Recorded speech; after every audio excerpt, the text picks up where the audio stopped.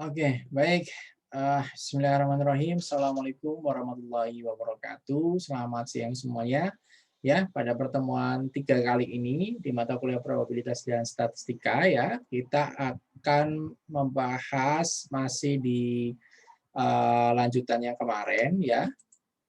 Kita akan membahas masih di chapter 1 ya, tapi kita di bagian kedua ya, yaitu mengenai melanjutan dari pengenalan statistik dan apa? Analisis data. Nah, kemarin saya sudah menyampaikan ya di sini bahwa dalam tabel distribusi frekuensi dapat direpresentasikan menggunakan beberapa bentuk ya, ada histogram, kemudian ada poligon dan ada olive. Nah, histogram apa sih histogram gitu ya? Histogram itu merupakan grafik yang berupa diagram batang yang menggambarkan apa? Distribusi data dari sebuah distribusi frekuensi. Ini contoh datanya, kemudian ini saya representasikan dalam grafik histogram. Ini frekuensinya, ini intervalnya. Jangan lupa ya. Kemudian kita lihat lagi ada di poligon frekuensi. Apa sih poligon frekuensi itu? Yaitu merupakan suatu grafik garis dari frekuensi-frekuensi interval kelas yang diplot pada nilai tengahnya. Poligon bisa didapatkan dengan menghubungkan titik tengah dari apa? Dari masing-masing diagram batang. Ini contohnya ya. Kemudian bedanya apa? Kalau poligon frekuensi ini ada apa? Ada garisnya, tetapi tetap di apa? Di dalam apa? Di dalam histogram. Di mana? Di titik tengahnya. Ini di titik tengahnya ya. Ini juga sama frekuensi, kemudian interval. Oke. Ya, di poligon frekuensi. Nih. Ada titik tengahnya. Oke, bisa dipahami sampai sini. Kita lanjutkan lagi ya. Nah, di OGIF itu adalah pada suatu keadaan tertentu ya, kita perlu apa? Perlu mengetahui berapa banyak data yang lebih banyak atau lebih sedikit dari nilai tertentu. Dan apa? Data ini dapat direpresentasikan menggunakan distribusi frekuensi kumulatif, menggunakan grafik OGIF ya. Jika banyaknya data dalam distribusi tersebut apa? Dinyatakan dalam persentase banyaknya seluruh data disebut dengan apa? Distribusi frekuensi kumulatif relatif. Ini datanya. Kemudian ini adalah grafik OGIF-nya ya. Ini bedanya. Bedanya OGIF itu tanpa ada diagram batangnya, murni garis. Kalau tadi sebelumnya ada poligon, ada diagram batangnya, kemudian ada garisnya dan berada di titik tengahnya. Kalau OGIF tidak, hanya garis saja yang distribusinya. Ya. Nah, ukuran pemusatan. Nah, apa sih ukuran pemusatan itu, teman-teman? Ya, data sering menunjukkan kecenderungan terpusat di sekitar suatu nilai. Nilai pusat ini kemudian dapat digunakan sebagai apa? Suatu ukuran. Untuk apa? Menggambarkan karakteristik secara umum data tersebut seperti apa. Nah, dalam statistik istilah tersebut ya distilahkan dengan apa? Ukuran pemusatan. Ada berapa, Pak? Ada beberapa ukuran pemusatan yang sering digunakan dalam statistik ya. Ukuran-ukuran tersebut biasanya apa? Untuk apa? Untuk menjelaskan data tak terkelompok maupun data terkelompok ini, data terkelompok dan data apa? Data terkelompok dan data tak terkelompok. Dalam rumusannya juga dibedakan antara ukuran yang menunjukkan karakteristik populasi dengan menunjukkan karakteristik apa? Sampel. Nanti jangan bingung ya. Ini adalah beberapa ukuran pemusatan antara lain ya. Yang pertama adalah rata-rata atau kita sebut dengan istilah min, kemudian nilai tengah, median, modus dan kuartil. Nah, kita lihat lagi selanjutnya apalagi di ukuran pemusatan itu ada min. Min juga terbagi atas beberapa hal ya. Yang pertama ada min aritmatik, min geometrik dan min harmonik. Nah, ini saya sudah buatkan tabel, ini ada namanya ya, kemudian ini formulanya, kemudian ini kegunaannya. Atau biasa digunakan untuk apa? Kalau jika digunakan min aritmatik, maka ini formulanya di mana sum dibagi C sama dengan A plus B plus C bagi 3. Kemudian ini digunakannya untuk apa? Untuk most situation atau average item. Nah, kemudian Yang geometrik itu bagaimana formulanya? Ya, akar pangkat 3 dari A kali B kali C. Gunanya untuk apa? Investment, growth, area, dan volume. Kemudian harmonic mean kegunaannya untuk apa? Ya, untuk speed, production, dan cost. Formulanya bagaimana, Pak? 3 dibagi 1 per A, per 1 per B, plus 1 per C. Ya.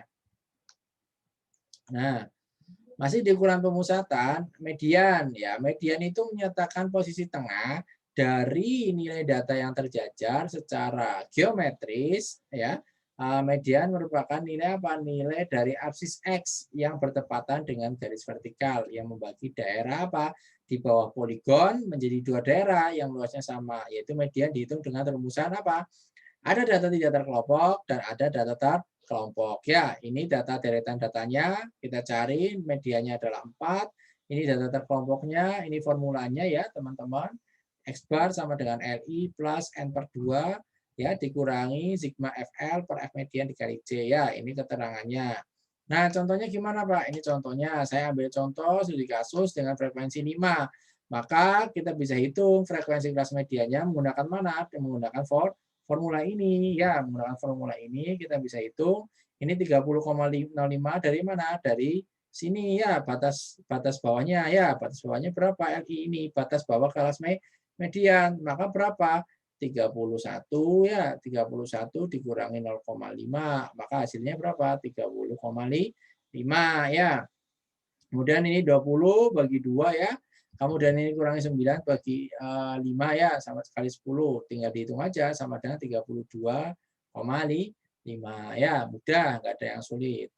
Terus kita lanjutkan lagi apa? Modus ya. Modus di sini adalah modus secara probabilitas dan statistika ya, bukan yang lain. Modus ini apa? Modus ini adalah nilai yang paling sering muncul atau nilai dengan frekuensi tertinggi ya. Berikut adalah contoh dari modus untuk data tidak terkelompok dan data terkelompok. Ini formulanya modus, ini contoh deretan datanya, ini maka hasilnya 2 ya. Jadi cek ini data terkelompok ya. Ini formulanya. Kemudian contohnya kita cek ya. Saya ambil kasus dengan frekuensinya adalah 5 ya. Ini adalah frekuensi kelas modusnya ya. Oke, kemudian kita lanjut apa? Ukuran pemusatan ada apa? Kuartil. Nah, kuartil apa, Pak? Kuartil sendiri memiliki pemahaman bahwa nilai-nilai yang membagi suatu jajaran data menjadi bagian-bagian yang sama ya. Sebagai contoh, kuartil yang membagi jajaran data menjadi 2 bagian yang sama adalah median. Kuartil yang membagi jajaran data menjadi 4 bagian yang sama disebut kuartil. 4 bagian itu kuarto 4 ya, jangan sampai lupa. Kuartil yang membagi jajaran data menjadi 10 bagian yang sama disebut apa? Desil. Kuartil yang membagi jajaran data menjadi 100 bagian yang sama disebut persentil. Ya, pada data tak terkelompok kuartil, desil, dan persentil dapat dicari seperti median. Untuk data terkelompok dapat dicari sebagai berikut. Ini data terkelompok ya, caranya ya, formulanya, ini keterangannya. Nah, contohnya gimana, Pak? Contoh, saya pengen tahu desil ke-7. Gimana, Pak, caranya? Nah, ini caranya. Kita cari frekuensi ke-5-nya ya, ini di sini ya.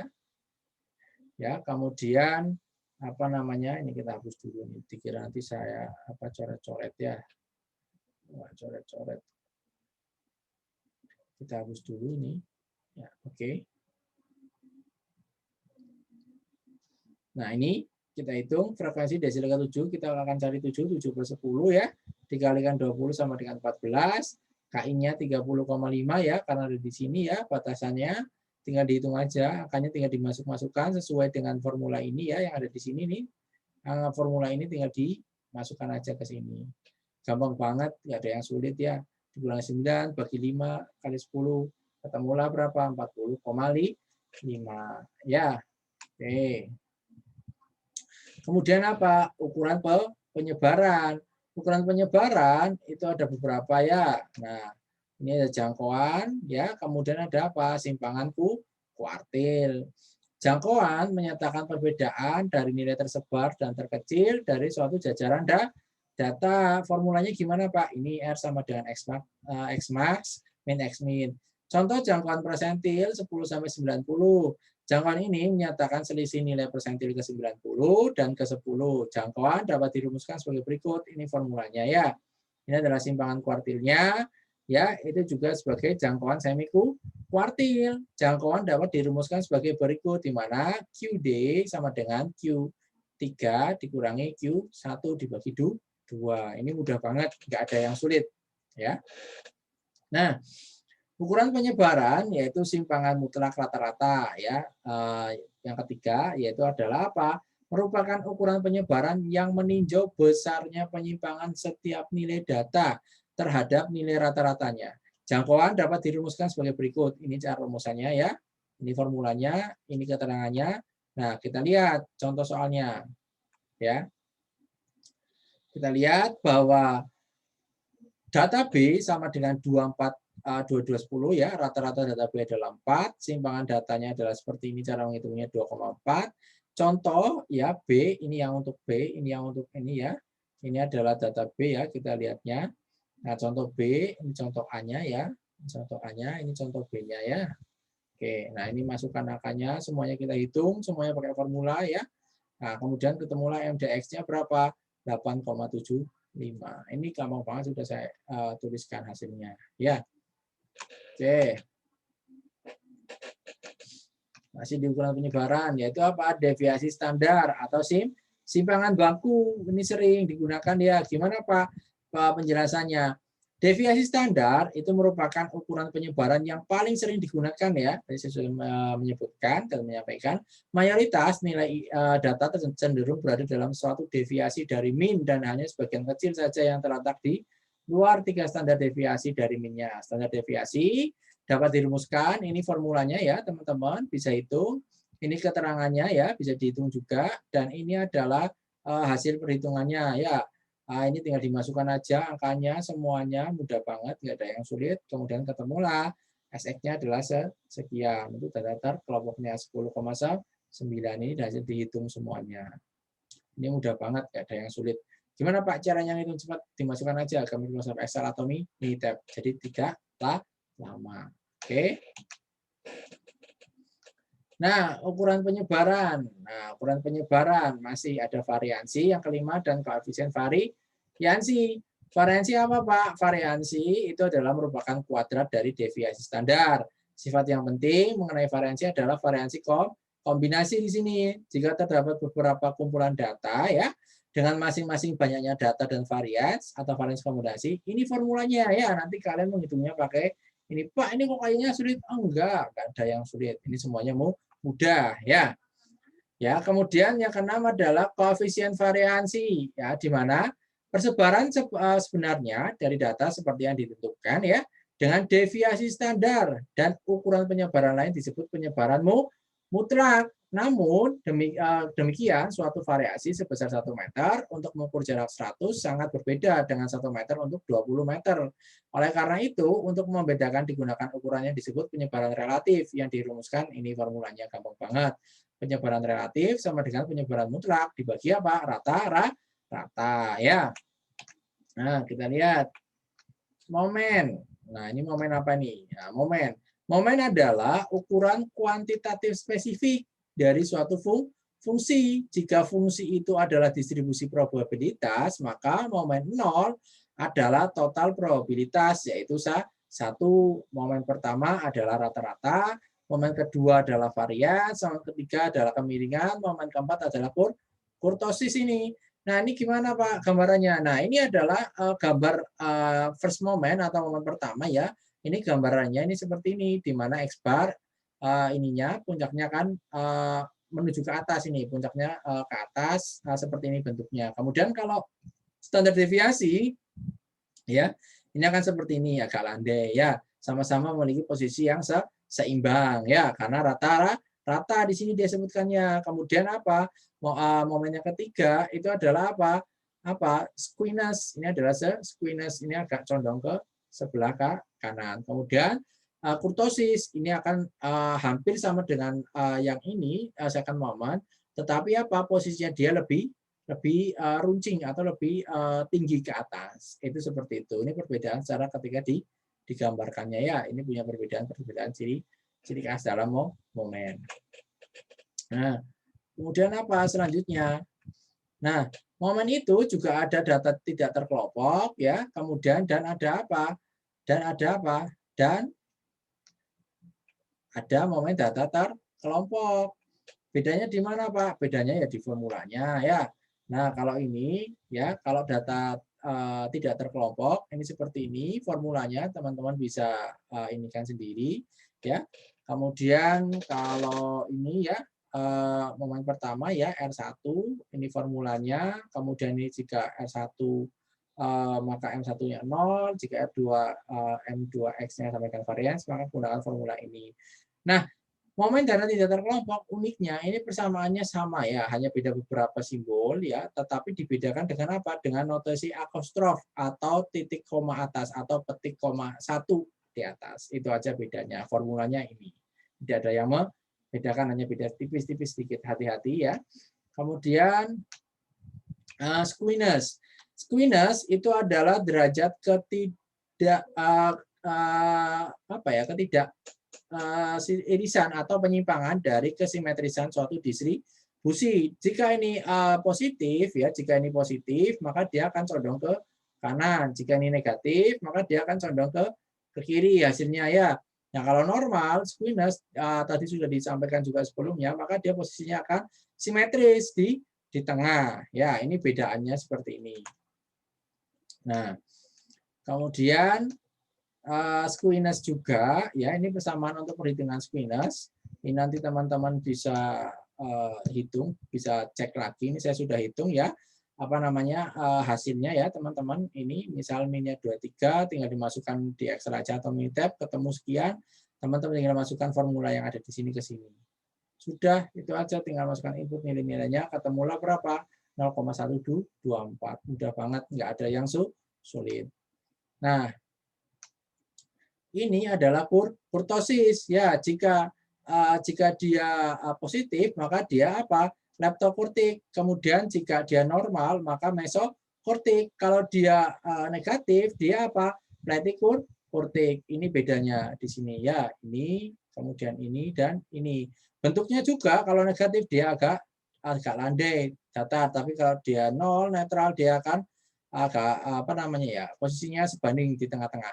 Tapi ketika positif dia akan menjulang tinggi ya, dia akan mengerucut tinggi ke atas. Itu kurtosis ya.